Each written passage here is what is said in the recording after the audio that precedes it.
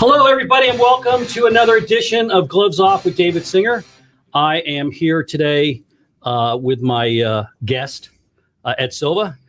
Before I start talking to Ed, hi, how you doing, by the way? Before I start talking to Ed, I got a little bit of cleanup to do.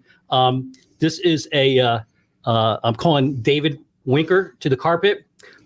David happens to have a show here numerous times a week, probably one of the brightest individuals that actually has a show, if not the brightest individual that has a show at community newspapers. And I'm demanding that we have a show together because he keeps promising and then blowing me off. So Winker, if you don't want my chicken shit award, you'll call me and we'll do a show together. And interesting thing about Winker is he's an attorney that has not lost his license. or been convicted of a crime. Anyway, welcome. How you doing? We have a very full agenda this week. This week. By the way, if anybody wants, I'll be taking questions. If you call 786-584-7665, that's 786-584-7665. I'm trying to bring community newspapers into the 21st century, but it's hard to get old people like Michael Miller and Grant Miller, into the 21st century. They're used to like horses and. Read the disclaimer, David. Oh, I got to read the disclaimer. Thank you. The views and opinions expressed here are those of the host and guest, and not necessarily those of community newspaper. So there we go. So, how are you? I'm doing great, man. How are you? I'm doing well, too. We're here to break down, I guess, what occurred Monday night at the Village of Palmetto Bay's council meeting. It was a rather short meeting, besides the proclamations. Let's see. Let's talk about the proclamations right off the bat. 1, 2, 3, 4, 5, 6. 6 proclamations Monday night, about 30 the day before, or the last time there was a meeting. The mayor's giving out proclamations like people drink bottled water. They just mean absolutely nothing anymore in the Village of Palmetto Bay. She should just go walk around to 8,000 homes that we have there and go, you get a proclamation, you get a proclamation, you get a proclamation. I mean, it's just absolutely insane. Well, it's taken away from the real business at hand, which is governing our village. It's just kowtowing to the lowest common denominator. Pretty soon it'll be a badge of honor not to have a proclamation. You'll be one of the very few, if that's not already there. You know what I think it is, honestly? I think she's spending more time branding herself for the future than she is doing anything that benefits any resident in Palmetto Bay. She is branding herself so everybody knows her name, and the residents are losing in the long run.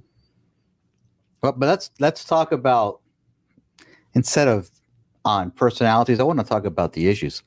I want to talk about Monday night's meeting, if that's okay with you. I mean, I would love I'll be glad to answer some of your questions on that. Yeah, I'd love to. Let's give the number out again. 786-584-7665. And if you could put that number up, that would be perfect on the bottom if anybody has any questions. So I heard a phone call from somebody who was actually demanding, and it's a longtime resident, demanding that the police department basically leave Miami-Dade County and us basically have a police department like Pinecrest. Well, it wasn't just one read into the record letter. It was a concerted effort by 3 of our residents that we've known for a long time. There you go. No, wait, hold on. Sorry. Let's see if this works, and then we'll get back into it. Hello, you're on live with David Singer and Ed Silva. Hey, this is Bob Bazzelli. I got a question here. I've been wondering, things have been quiet at the Burger King property. What's going on with the Palmetto Bay Village Center? I thought they had cleared that to build 407 homes or 74 homes. Is that still alive? Is that still going on? And what about the 22 acres? Are we ever going to get control of that? I can. That's a great question, and we're going to have Ed Silva discuss that right now, and then we'll go back to. But hey, Buzz, nice. Thank you for calling in. Yeah, thank you for calling. I will tell you this. I really do hope that somewhere along the line, everybody comes up in arms for those 22 acres, because that pine rockland is very worthy of being protected and preserved. That application has been on an ongoing open application now, David, for 3 years, maybe. Yeah, it could be even more. Which is ironic, because at the last zoning meeting, and don't take my word for it, just go listen to it. Go listen to the tape if you want to. At the last zoning meeting, they said applications die after 2 years. So if applications expire after 2 years, and this has been ongoing for substantially longer than that, how is this application even still active? Unless they're letting them continue with the applications, right? But and now you're hitting on the whole problem that we have in Palmetto Bay. We either have rules or we don't. And if the rules is an application is good for 2 years, an application is good for 2 years, and then if you don't, you have to refile, right? You got to refile. Now, if they refile, guess what? I remember a council member Singer passing a ordinance capping density there at 389. I thought it was 385. Whatever the number is, but correct. So there is that could be a huge financial blow to that developer. Not that it really matters one way or another, but wink, wink. Are they talking behind the scenes to continuously defer them, which is what's been happening? The village has, the council has, because the council doesn't want to make a tough decision one way or another. Now, what's at stake here is 22 acres. It's actually more than 22. It's 38 acres that the village can take control of. Okay? Protect the pine rockland and protect our village. And then they have to work really, really hard to mitigate and minimize the traffic impact of whatever that project may bring to our village. But are they willing to do the hard work? No, they'd rather just try to defer and defer and defer. Well, because if they make a decision, okay.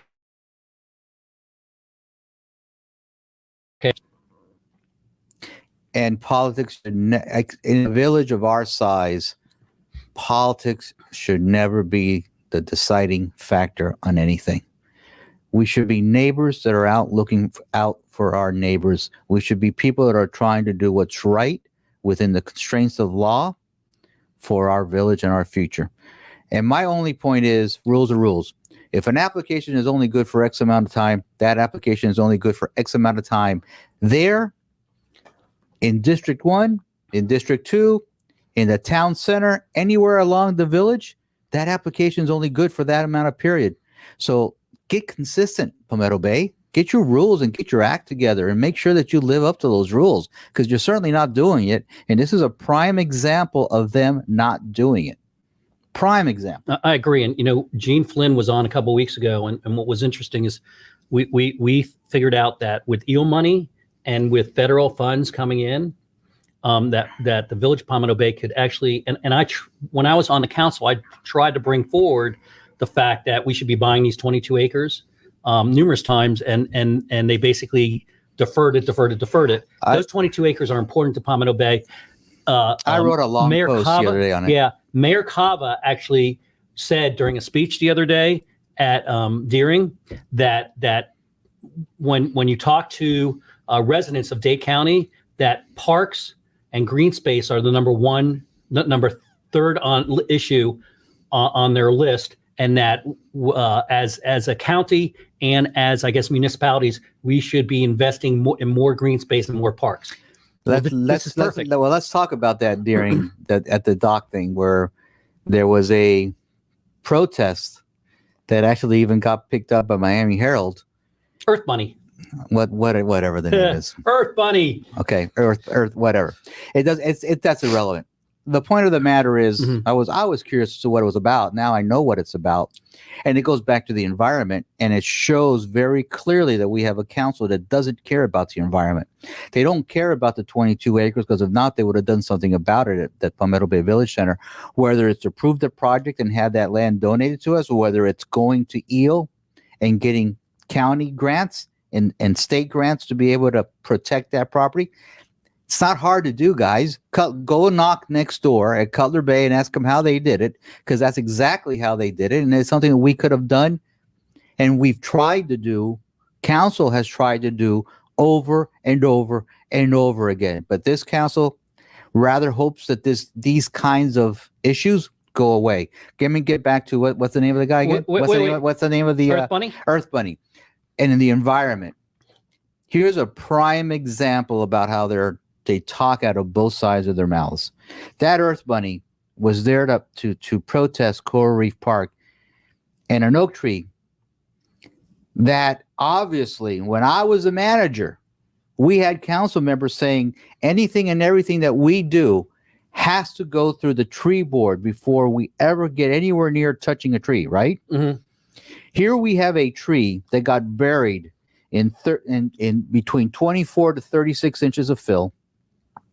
All right. And an oak tree requires to be able to get nutrients out of the soil and that oxygen out of the soil. They buried the trunk 24 to 36 inches. And then to compound matters worse, they put an asphalt lid all the way around that tree. That tree's not long. That tree will die. And that is very symptomatic of this council. They don't follow their own rules that they try to establish, because if they would have followed it, if they would have called anybody from that tree board, they would have said, you can't do this. Stop. This is not right. But they didn't do it. And now you get a protest. Now you get questions as to why are we damaging our tree that way? And by the way, that whole thing was even an ADA compliance nightmare, because they didn't even have the railings up. And it was open until that was brought up to their attention.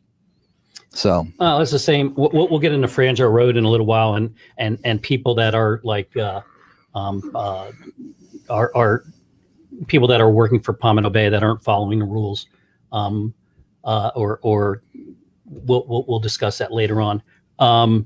What I find interesting is if we bought the 22 acres of land, trans development rights would go away. And there's no way they could build 385 units at the village center. Well, they have choices in the village center. They can approve the application, and that land becomes ours, which is what was work. And then, by the way, that's probably a $10-12 million piece of land that would become. But government's not about the money, but it still shows up in the net worth of the village. Well, it doesn't even matter. The fact of the matter is only 1%. 1% of Rocklands is still around. They could try to buy down the density of that property by using EEL money, and EEL is environmentally endangered land money.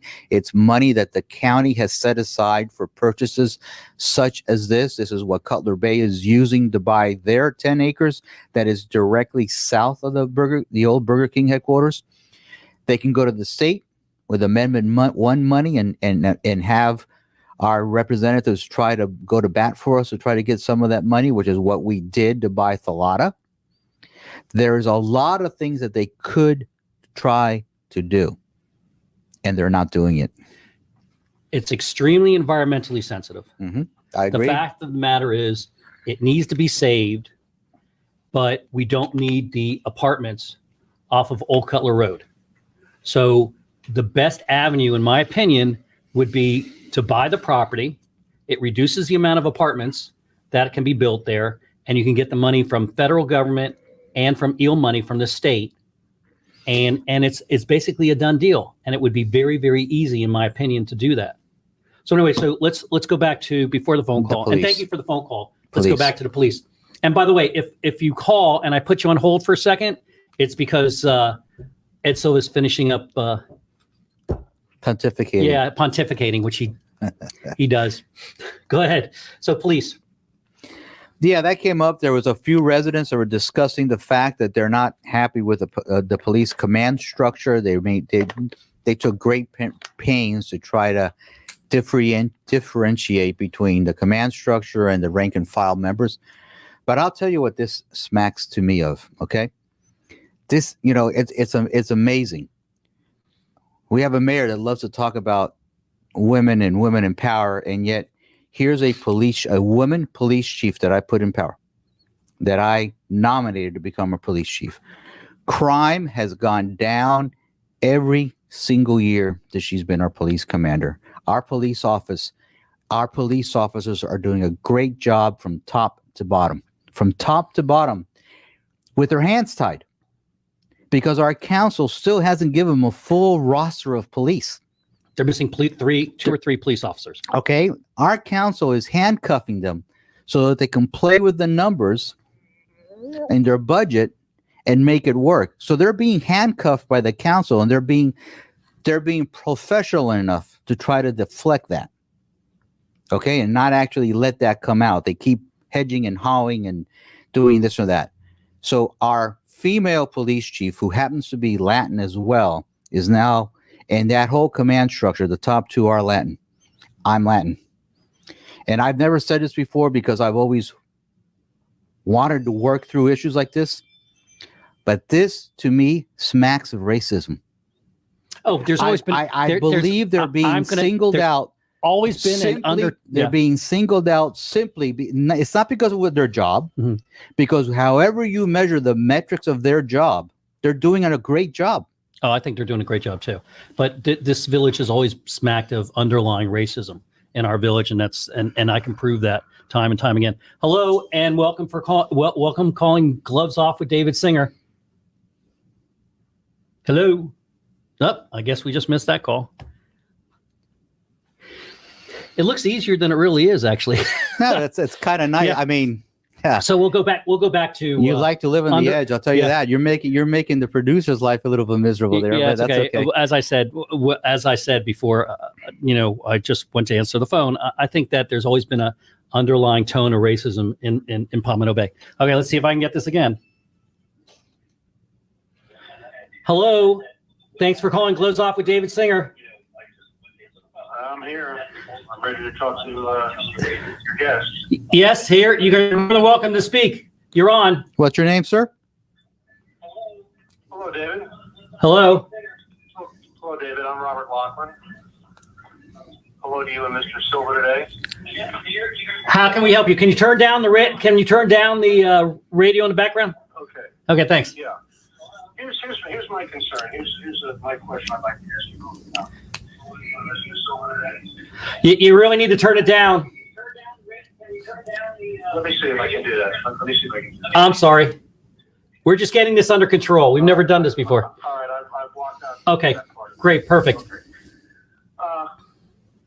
Well, I'm here in Palmetto Bay. I've been living here for 17 years, and we've got a situation which I'm sure you're both aware of, and that's the exponential growth of peacocks that plague our community. Now, I realize there's some people that love these birds, but I can tell you this: after you've had your car scratched, after you've had your flower beds taken out, after you've had a lot of excrement that you have to clean up after them, and after they screech throughout the night, especially now during mating season, the question becomes, why hasn't Palmetto Bay done anything about this? It seems they've gone in the other direction to encourage it. I go by Coral Reef Park. There's signs, no feeding the birds. There's no peacocks at the Coral Reef Park, but they're all over the place here. So I know I'm not the only person that feels this way, because I've talked about this with other neighbors, friends here in Palmetto Bay. Why can't Palmetto Bay do something to prevent this from plaguing our community? I mean, I realize there's some people, they love these birds, but to me, they're pests. What's your take on this, guys? Okay, I'm going to hang up and then we're going to talk about it, okay? So you can turn your... Okay, give me your follow-up question, please. Go ahead. Okay, so, hold on 2 seconds. Peacocks, it's mandated by Dade County. They're Protected birds. They're protected birds. There was an effort made. You may or may not have been on the council at the time that Councilwoman Siegel Laura did, where we were trying to give out traps to humanely capture them and try to relocate them.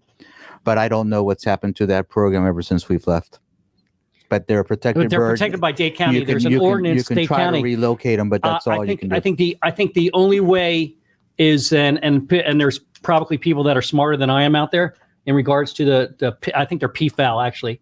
I think the only way to have them removed is called Dade County, because the municipalities don't have the right to have them removed. Yeah, our laws are superseded by the counties. Yeah, it's called home rule charter. So whatever Dade County says is the what we have to follow. And you're right, there are definitely a lot of peacocks, not as many as in Coconut Grove, because I work in Coconut Grove, but there are many. So let me get your follow-up question.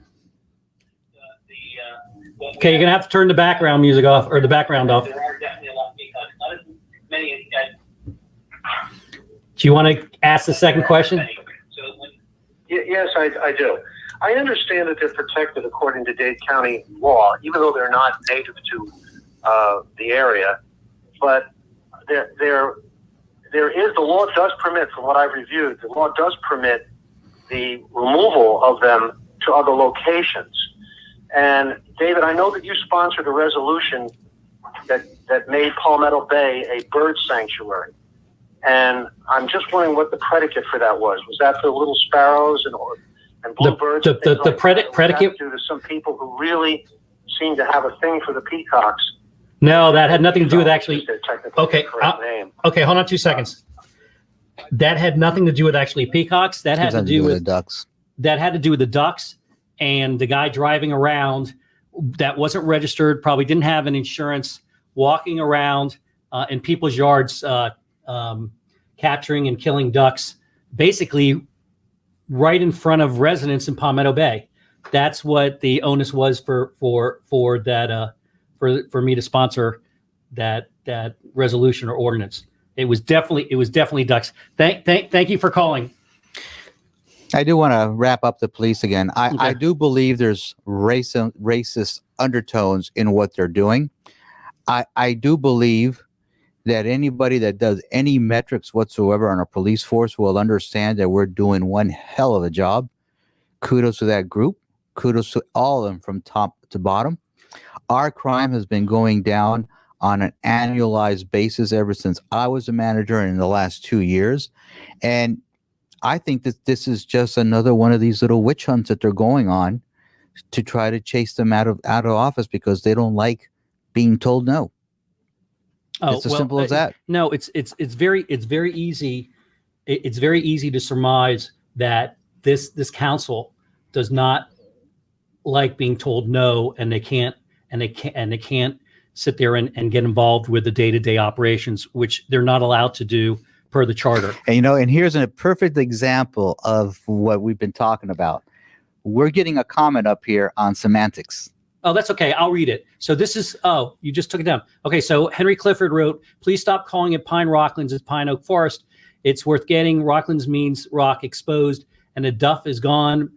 Burn it enough times, you might see rock again. It will take something like that to keep and restore the pines. There are about 18 pines that sprouted right after Andrew. None since, like the little village with no children. Well, I'll get it. Okay, so I used the wrong name. I'm sorry.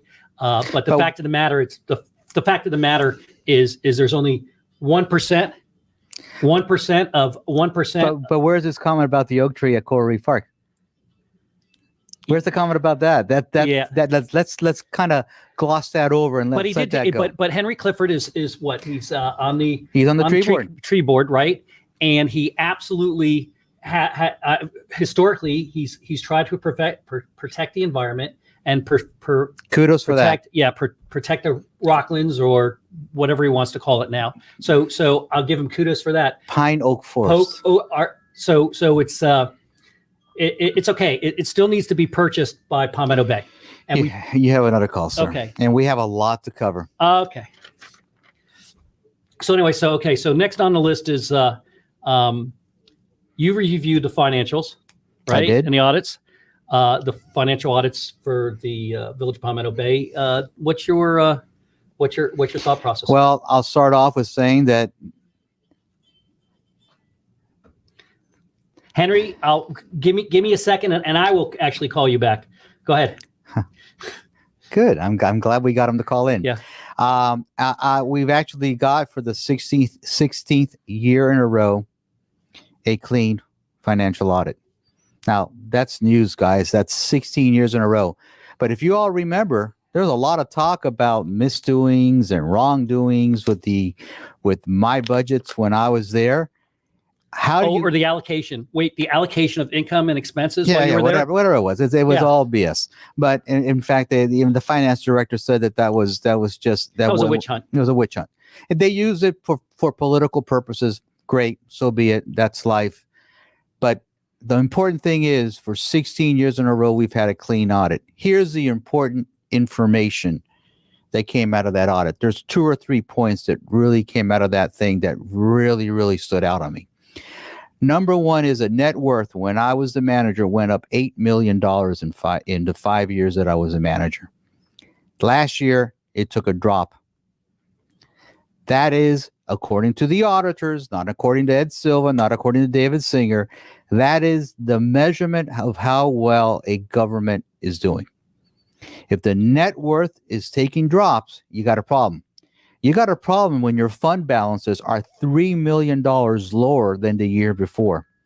You've got a problem when you've already seen an increase in franchise fees, which is, by the way, another fancy way of saying taxes, of $132,000. And then on top of that, you come back, you raise it and double it and extend it for another 30 years, which is what this council's done. Park rentals are down. Transportation fund is down. Stormwater funds are down. And here's the biggest one of them all, which kind of goes back to the quote unquote mismanagement. They are projecting an over $900,000 shortfall in the building enterprise fund. Guess what that means, residents of Palmetto Bay? Wait, first of all, that's a fund that's supposed to be self-funded. Self-funded. Correct? That's by user permit fees. That's a user fee fund.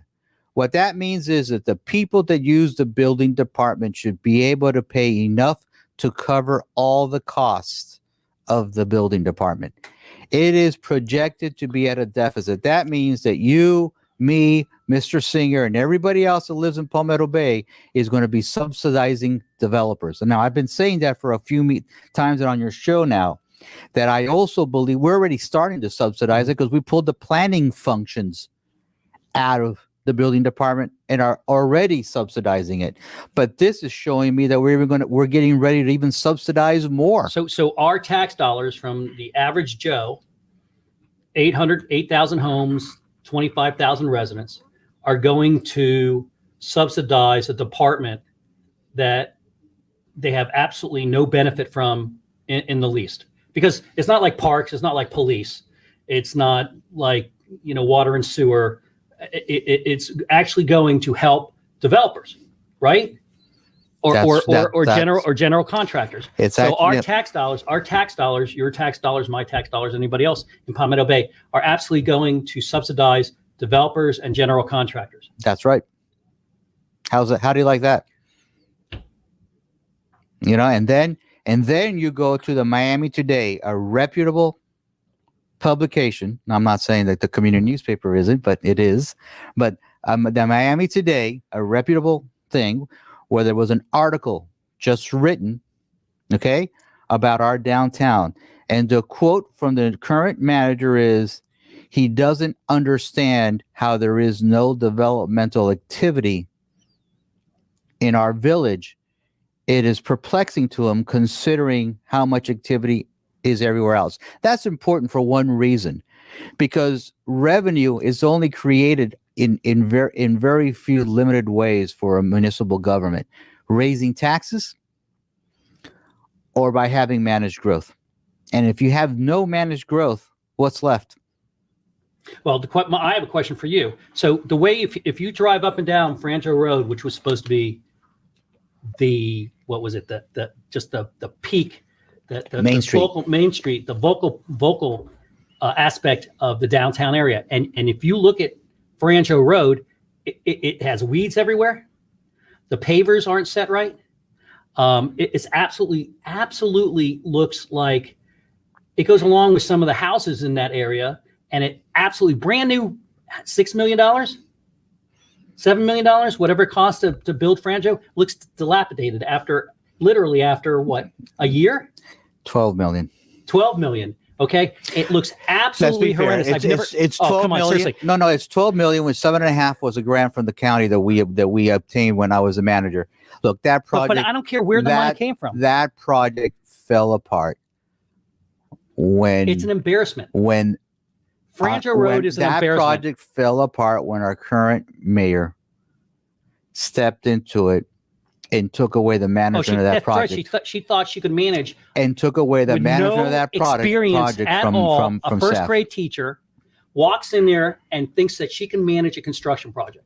And now you and I both know how hard it is to manage a construction project, right? She got involved, like she always does, in areas where she has no basis of knowledge. None. Zero zilch. And that's why Franjo Road looks like it does right now. And I bet you the actual cost of Franjo Road, when you put in all the change orders, is a lot more than the 12 that was originally budgeted for. We may never know that, but I will also, yes, the road looks horrendous. I mean, is it better than where it was?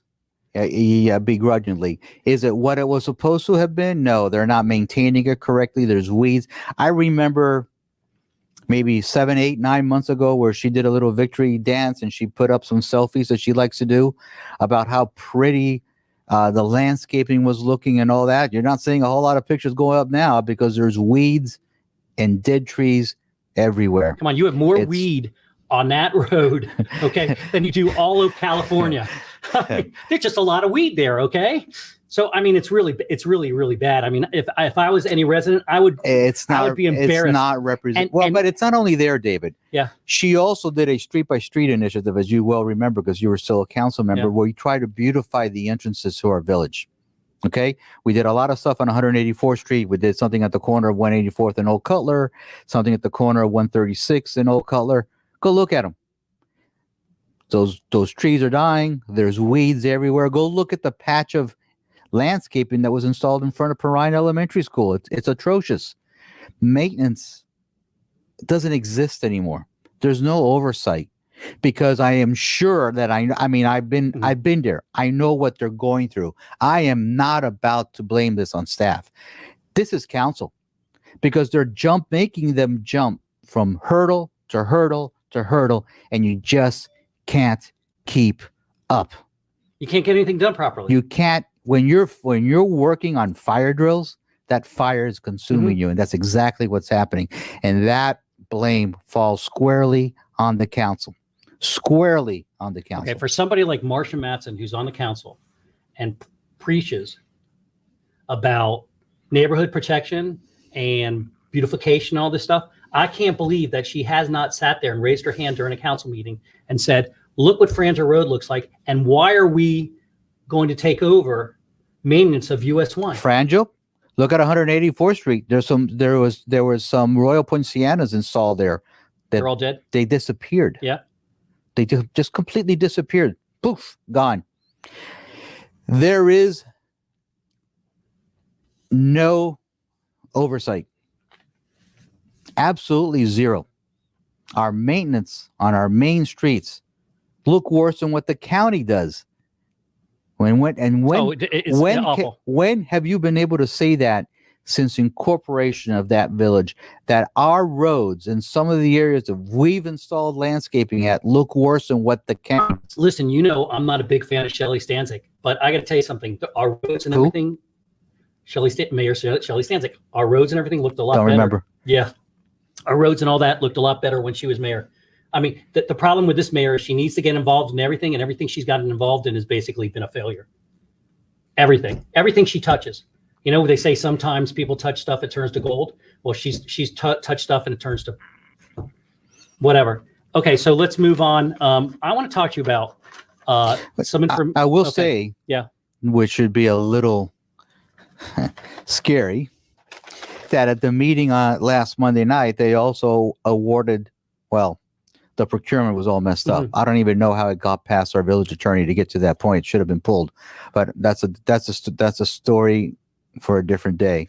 They approved 2 landscape contracts for US 1 beautification. Here's what happens with those contracts for US 1 beautification.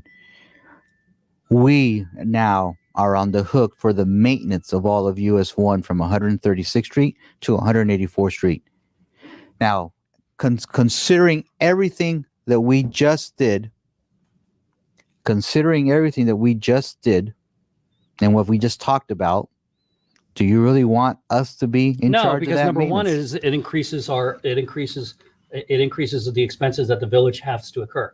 Why they want to be in control of that, I don't know. It's smack dab in the middle of the highway. And Henry Clifford. So I'm going to read this. If not, show it. Okay. If not, perhaps David will call me back, and I have working on it. I do not have a rabbit costume, not a form to state what I believe has happened, what to do. So I work behind the scenes as usual. About the mango trees on 94th and 168th Street is not up to me or the tree advisory board. Second, fruit trees are poorly protected under the county, and we are under their rules. Thirdly, if the builder gets a site plan approved, they will clear cut. No other way they could build a giant apartment. He's mixing different things. I guess he's talking about the bunny and the tree, and obviously what he's probably trying to say is that he's working behind the scenes on that.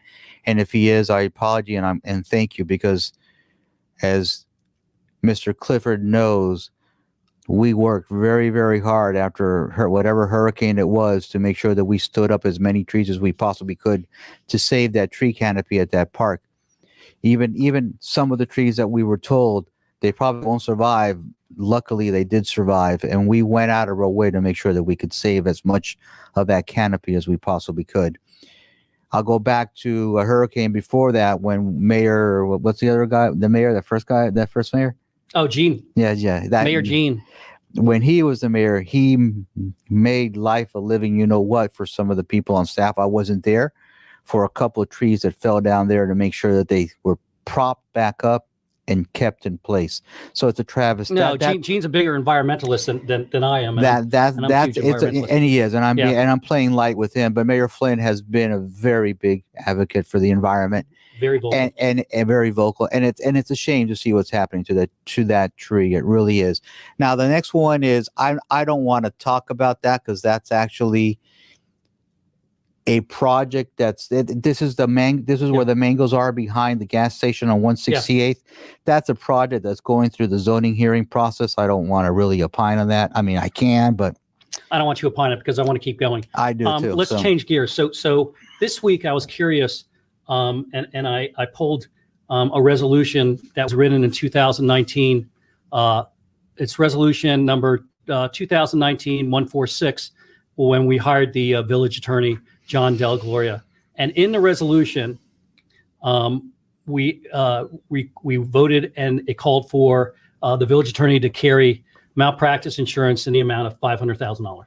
So me being who I am, asked for a public information request and asked to send the declaration page of that malpractice insurance. It came back where he said he does not have it right now. It's been 18 months. I don't know if he's had it at any time during that 18 months, but to be fair, he wrote back that he didn't need the malpractice insurance, even though the resolution calls for it. He said, look at my contract. So he's under the assumption that his contract supersedes a resolution that was voted 5-0 by Patrick Leroy, David Singer, Marsha Matson, John Dubois, and Mayor Karen Cunningham. His contract doesn't mention it, doesn't mention he shouldn't have it, doesn't mention he should have it. It's very interesting because if he gets sued, the Village of Palmetto Bay would be on the hook for all his legal fees and all his legal fees and any kind of judgments that would be made against the village attorney. I'm under the thought process that he should have that insurance. You've worked with all this before. What's your take on it? By the way, I'm not only under my thought process is he should have that insurance. I'm under the thought process that somebody at the Village of Palmetto Bay is not ticking and tying what is going on with our resolutions to what's actually occurring in the Village of Palmetto Bay, which Mayor Gene Flynn brought up probably about 2 weeks ago with the straws and ordinance and other issues in Palmetto Bay. Nobody's checking to see what was passed by any council is actually being adhered to, whether it's a resolution, it's an ordinance. You want to opine on that? Well, the only thing I'm going to opine is I remember that you asked for that, and managers have to have a performance bond that's paid for by the village, pulled on them for any malfeasance or misfeasance that's done up by a manager. What I will say it's really ironic that our budget, with considering our budget woes and considering where we are, we're paying double, maybe triple of what we paid for attorney fees, considering from now and the former attorney, which our mayor forced out of office. And very ironic that former attorney never lost a case. And yet we're sitting here with an attorney that has a bunch of litigation ongoing, and I said I was going to mention this today, and I want to. And really what's happening in our government is they're hoping that enough time goes by where they can quiet down an issue and it goes away from the public viewpoint. And a perfect example I'll give you two examples. The first one's going to be the bridge, where they went out and said that they were going to hire outside attorneys. I don't know why. For mediation, they needed an outside attorney when our current attorney did it for the stop sign on 87th and 174th. But they wanted to spend our money on another attorney. Go figure. So they went out and got another attorney. Have you got any updates? Have you gotten any information of what's going on with the bridge mediation? Zero. They're hoping that dies down enough so that it goes away. I know that the bridge people took their signs down. Maybe we should have left them up as a reminder to everybody that's still out there, and that's an ongoing sore in our village, like many things in our village that are just left open. The Palmetto Bay Village Center is another one. The resolution with the rib place is another one. They had an agreement. Are they living up to it? Are they not living up to it? Was that even fair in the first? I mean, I can just give you example after example after example of things that are not getting done, or getting closed, or not getting closed, or getting a finite answer as to what's the right way to go about things and do things. And we're just not getting it from this council. They hope that they can point at a bunny and say, hey, let's look at the bunny and forget about everything else that we need to be looking at. Here's another example. We have a mayor that's voted for every single building that's come into our downtown. Every single one. How many are we up to, by the way, units? We're now subsidizing, I don't know. I can probably do the math. Do the math in your head really quick, because there's 6,500 that will be built. There's 200, that's 490. It's about 1,000 maybe. No, there has to be more than 1,000. No, there's a thousand. I mean, being built. Not built. Oh, how about built? Not built. I don't know. No. How many have been built or being built? Is it over 1,000? Can you imagine when we get to 6,500? They've zoned 6,500. She's voted for all these buildings. Yes. She's now voted to subsidize developers, and yet she's anti-development. Go figure. I mean, no, she talks out of both sides of her mouth. If that's anti-development, then I don't want to be anti-development, because she is voting for everything that's coming down the pike. Okay, so let's go back to my original question. Okay, and I voted for John Del Gloria to be village attorney, and I have no problem with the fact that I voted for it. You didn't like the way I tried to segue away from that? No, I did not. So we tried to bring in a village attorney to work in-house. That's what we attempted to do, because we thought it would save money. The fact of the matter is it's not saving money. It's costing residents money. 2 to 3 times as much as it was before. Right? Yeah. So the experiment failed, and it's failed miserably. Do you think we go back to the way it was and terminate his contract when his contract expires and bring in a firm that can do everything? Or do we continue to have him as our village attorney, which I wouldn't agree to if I was on the council, and farm everything out while he collects $130,000 a year plus benefits? Well, the problem is that he's farming out a lot of the issues that he's farming out. I mean, I've asked for information. I'll know how much he's farming out when I get the information. But I think he's farming out anything that is not in his wheelhouse. And there doesn't seem to be a lot in his wheelhouse except for playing political games, in my opinion. What was that disclaimer that you always put at the no, it's okay. I said in my opinion. Yeah. You're always safe when you say in my opinion, right? Right, Gary Pastorelli? The views and opinions. Okay, so I think basically I like this guy. Yeah, he's great. But we still miss Tommy. So it's a big issue with me. It's a big issue because it's costing residents more. And I think it's been a horrible failure having an in-house attorney who sits there and really can't represent the village. There's a lot of issues that I think that a village attorney should be looking at that are just not being looked at. I mean, he is an expert at playing politics. And we are getting political spin back on a lot of these answers. And we can go through a long laundry list of that as well. But the bottom line is, what's it costing us, the taxpayers? And it's costing us more money. Absolutely.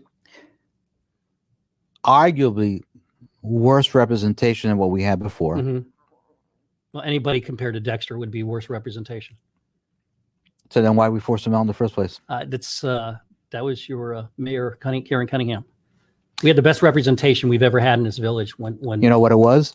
They did not like somebody that told them the truth. Told them no. Mm-hmm. They just didn't like it. Okay, so let's get off. If you notice, everybody that actually tries to stop them or say or try to do the right thing is out. Yeah, that's right. Okay, so one more time, the call-in number is 786-584-7665, 786-584-7665, and I promise you by the next, we're going to get this down because I like taking phone calls. Do you think Jeremy might be calling you to ask you to bring food home? No, I don't think he knows this number. Anyway, so tell me what's your thought process on the protection committee, a report given by Joe Beer. I mean, we have a committee. Explain what the committee does. That was a committee that was set up to basically look at trying to put some things together on noise, smoke, heights and densities, and I know I'm missing something, but it's basically development. But it's basically they took that in, they adopted it, and we'll see if anything will come of it. Well, they gave a report. They gave the report. No, they just said, here's the report. Okay. Here, we gave you the report. We accept it. They actually didn't. They didn't go through the report? They did not present anything that's in that report. And dust. Now, the truth of the matter is, again, smoke. There's a restaurateur that has smoke. Are they doing anything with it? No. They break the noise thing. At the Lotta Park more. Absolutely. Single. Do what I say, not what I do. Forget the Lotta. They break it at every single event. Oh no, it's great. It's a prime example of a parent telling a child don't ever smoke while there's a cigarette in their mouth. I mean, it's absolutely mind-boggling to me. So I mean, dust. They own land in our downtown. That's a Dust Bowl now. That's right. Go look at the future Veterans Park. It's all dust that when they go and drive down Franjo. when they go and when they go and cut dust and weeds. When they go and cut it looks like a cloud of Saharan desert just came by Palmetto Bay. And then they are actually sitting there with a straight face saying we have to control these things. If you really want to control these things, How do you do it? You lead by example. You yourself do it first, and they can't even do that. So, I mean, it's just, yeah. And they want to keep playing around and keep selling every on a bill of goods that heights and density are the enemy. What's going to happen? And I saw something on it the other day that the county is probably going to start superseding municipalities on density and heights along the transitway. They're actually gearing up to pass something just for that. Oh, that'll give them a perfect excuse. That's going to give them an excuse. Oh, we had to build 6,500 apartments because the county mandated it. Little does everybody know that they actually approved the 6,500 apartments. Yeah, David, but here's the problem with that. Who loses? We, the residents, lose. Because instead of dictating form, instead of dictating landscaping requirements, instead of dictating the way it should look, we're going to have somebody else doing it for us. Hold on, I got a great phone call. I have to take this call. I'm sorry to interrupt you. Hello, welcome to Gloves Off with David Singer. Can I help you, please? Yeah, sure. I want to know what's going to happen. What's going to happen to that Luxcom property over there, where there's the 150 something is supposed to go up over there? Can you tell us? And I'm going to hang up. I'm going to listen to you. Oh, thank you. I appreciate your call. He's asking what's going on with Luxcom property. Boy, that voice sounded familiar. I know. Did it? Luxcom.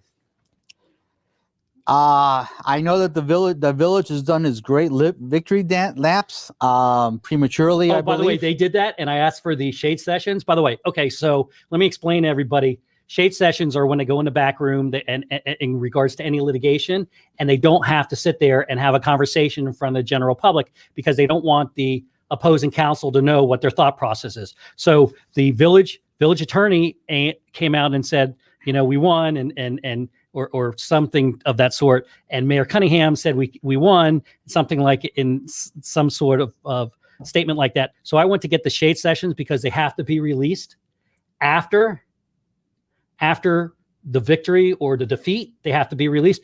They sent me a letter, actually on village letterhead, saying we're still in litigation and we cannot release this material to you while we're in litigation. So their victory dance was not only premature, but it was basically a bold-faced lie to the residents. That's not surprising. Here, Luxcom. So for people who do not understand what that is, it's the former power plant that was right across the street from Westminster Christian High School, Westminster Christian School. Anybody who lives in Palmetto Bay knows what the Luxcom property is. I've opined, and you've seen it on some of my posts, that we're now stuck with a historical tax increase. That if the FP&L franchise fee was really done what I think is the right way through the property tax increase, they would have taken our tax rate from 2.235 to 2.85. That FP&L franchise fee is about $2 million annually. You could very easily bond that money and buy that land for the public good.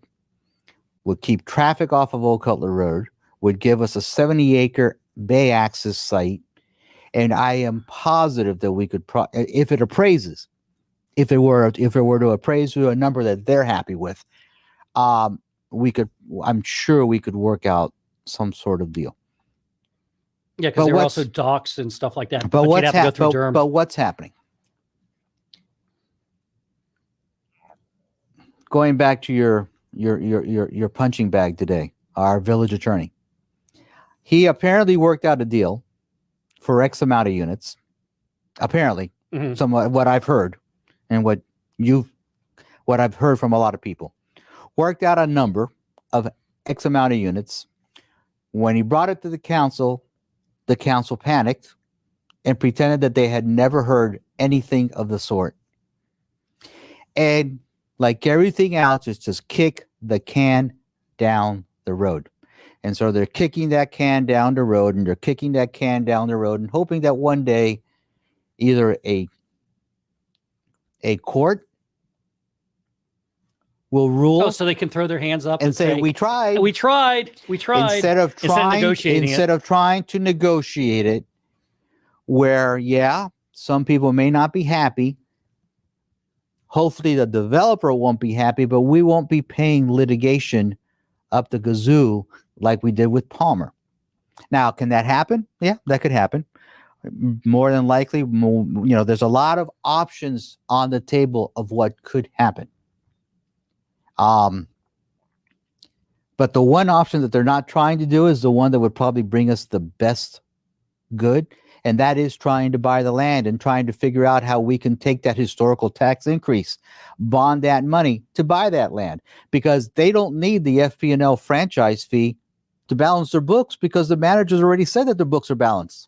Well, they can't even bond anyway right now because of the litigation with Lexicon. You completely forgot that they were supposed to refinance the bonds. That's true. Okay, save about $300,000 a year of taxpayers' residents' money. But since they're in litigation, no bonding company will pick up the bond refinancing because of the liability associated with the litigation. Well, that added an extra $250,000 to the budget. $250 to $300. Yeah. Okay, so we got a couple more topics, but once again, anybody who wants to call with any questions, it's 786-584-7665, and hopefully next week the call-in number will go a little bit smoother. We're trying to work out the kinks. What are your thoughts on the farmers market? I hear a lot of people complaining because of the activity. I voted for the farmers market. I think the farmers market's I think the market is a benefit to the community. I'm not sure I would have approved the amount of activity that's there now. When we voted on a farmers market, we said, okay, any additional booths have to come in front of the parks director. And I heard that it's gotten completely out of control. So I don't know if she's approving what's coming in now, or they're just bypassing the approval process, or they're just approving it to make it bigger and bigger and bigger. But there are a lot of people that are very, very upset. And I'm glad you asked me that question. I'm not anti-farmers market. Yeah, you are. Don't lie. I'm not. This is gloves off, people. Okay, he is full of crap. I'm not anti-farmers market. I think a farmers market serves a really good public need. I am against the farmers market competing against the uses of that park on a Saturday, where what you're creating is a nightmare scenario with parking. And here's another example of this council, on the one hand, coming down on a restaurant for their parking problems, which is a good problem to have. Mm-hmm. If you're a restaurant and you don't have enough parking, that's a hell of a good problem to have. So they're coming down on a restaurant for that, okay? And yet here they are turning around and pretending that they don't have a parking issue every Saturday. And if you lived around that park, you're living a nightmare. Okay, let's every talk about Saturday. Let's you're talk living about a specifics. Nightmare. Number one is we're only getting $250 reimbursement for every week for all the expenses associated. That's correct. With the farmers market. I have a problem with that. We're losing substantial amount of money. And on top of that, last week I have pictures of 5 police officers that were either making overtime or taken off the streets to do their regular rounds of police work. And they were stationed at the farmers market because of the level of activity there. Well, it's a step further than that. To today's Thursday. Tomorrow, I'm pretty sure that you'll see staff putting out those little those barrels Barricades. And the yellow tape, Yeah. to make it look like it's a crime scene. Yeah. So that people can't park illegally. Well, somebody it might be a crime scene soon because somebody's going to get hit crossing the street. Well, you have people jaywalking, crossing that street up and down, and if a car's coming down one day, there might be a heaven help us, there might be an issue with that. Look, the farmers market could have worked on a Sunday because the parks really doesn't have any organized activities on a Sunday. That farmers market could have worked in another location. There's a lot of other ways to do it, but instead of saying, hey, yes, this is a problem, let's try to resolve it, they're doubling down and they're saying, oh, but this is great. But on the other hand, they're looking at other places and saying it's horrible. Which one is it? Make up your mind. They just can't make up their minds. And if it's bad now, imagine when he really establishes this and he brings in a lot of other vendors. How bad of an issue can this really grow in if it establishes itself there? Now, I've also heard, oh, this is a great place for business incubators. What happened to the downtown, guys? Well, forget that. Wait. It's not Palmetto Bay's. It's not Palmetto Bay's primary responsibility to incubate new businesses. But it doesn't matter. But even when we were doing the town center and the downtown, the property across the street from our village hall was donating square footages as business incubators. Okay. Mm-hmm. Now they pulled out of there, and instead of having retail and restaurants and business incubators in that building, we're going to get 3-story walk-up apartments. That's the vision that you as Palmetto Bay are going to be living with. Exactly what you did not want is exactly what you're going to be getting, because we just don't have leadership. It was really ugly. So we could have had a place for real, true business incubators for our residents, but we chased that away. Just like we chased away a $70 million investment from a developer in our downtown. Okay, so wait. We do the opposite. We do the opposite of what we want. That's right. So let's go back to the farmers market. Okay, because my opinion is the farmers market is a great idea.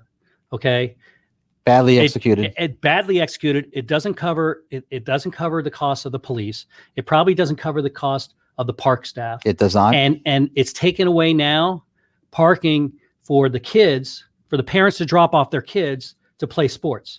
That's correct. The issue really is, okay, if a parent is going to take a child, 6, 7, 8-year-old child, to the park to play soccer, okay, or any other sport, now they have to park farther away and have to cross 152nd Street or 77th or somewhere where there's a chance of them getting hit by a car. Okay, so it needs to be controlled in size, which they're just not doing in Palmetto Bay. Okay, it needs to be controlled in size. You got to go back to the individual who's running the farmers market and say, look, if I have to have 5 police officers making sure people cross the street in a safe and orderly fashion, you need to reimburse us for that cost. It's not happening. Okay, I still like the idea of farmers market, but somebody at Palmetto Bay needs to have some sort of management experience where they know what to do, common sense, and what to do is right. Okay, because it's not happening, and somebody's going to get hit by a car, or we're going to, or 5 police officers for 5 hours a day on a Saturday is a huge investment of residents' money to pay to make sure that the farmers market is being run safely. And David, it doesn't take a rocket science to fix this. Like I said, it could be done on another day. It could be relocated into our town center. There's numerous options that they have to fix this, but they just simply will not admit that they made a mistake. They never do. They simply will not back down, and until something happens, they're just going to continue down that road. Okay, I'm not even sure that you can have a contract for a for-profit with the county's charter, which is Article 7, that says parkland has got to be used for parkland. And if you're going to have something like this out there, it's got to go to the vote of the whole county, not even just the municipality of the whole county. I'm not even sure. I'm not legal. Well, I'm not legal. I'm not a lawyer. CPA, I'm not a lawyer. CPA, there's a difference between revenue, profit, and expenses. So it matters how it reads.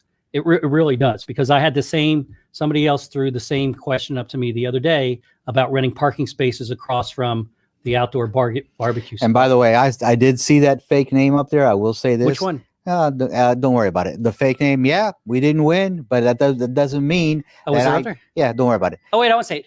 But it didn't mean. But it certainly. But it doesn't certainly preclude me from having my voice. It doesn't stop me from being able to say what I think, because I've got 25 years invested into this community, and I'm not going to be. Okay, I am not going to be silenced. Eric. Okay. Don't worry about it. Eric is not a real person. You're right. And if the person had any intestinal fortitude, they'd use their real names. But it's probably some squirmy-looking guy or woman who doesn't want to use their real names. But thanks for posting anyway. So, okay, we got to go. But Winker, I demand you sit there and you do a show with me Okay, I would enjoy it. The other thing is, I want a new name for my Chicken Shit Award. So I would love anybody to post or send me an email or text telling me what it should be called. Okay. How about Besides the Michael Miller Chicken Award. How about a singerism? Singerism, yeah. And by the way, this week, the Chicken Shit Award goes to Mayor Karen Cunningham for the amount of proclamations she's given out over the last 2 weeks. She's killing trees. Has she given a proclamation to the community news? She's killing trees, boys and girls. She's killing trees with the amount of proclamation. See, there you go. She's not environmentally friendly because of the amount of paper she's giving out. I'm just wondering why she hasn't given one to either one of the Miller brothers yet. The Miller brothers love her. The Miller brothers love her. What are you talking about? Anyway, everybody, thank you for tuning in. I wish we could go longer. We're going to use the call-in number next week and figure out how to make it a little bit more smooth. And maybe I can get the Miller brothers to invest in some money so we can actually have a phone in here and they can actually, there you go. They can actually pass the questions on to us while we're sitting here talking.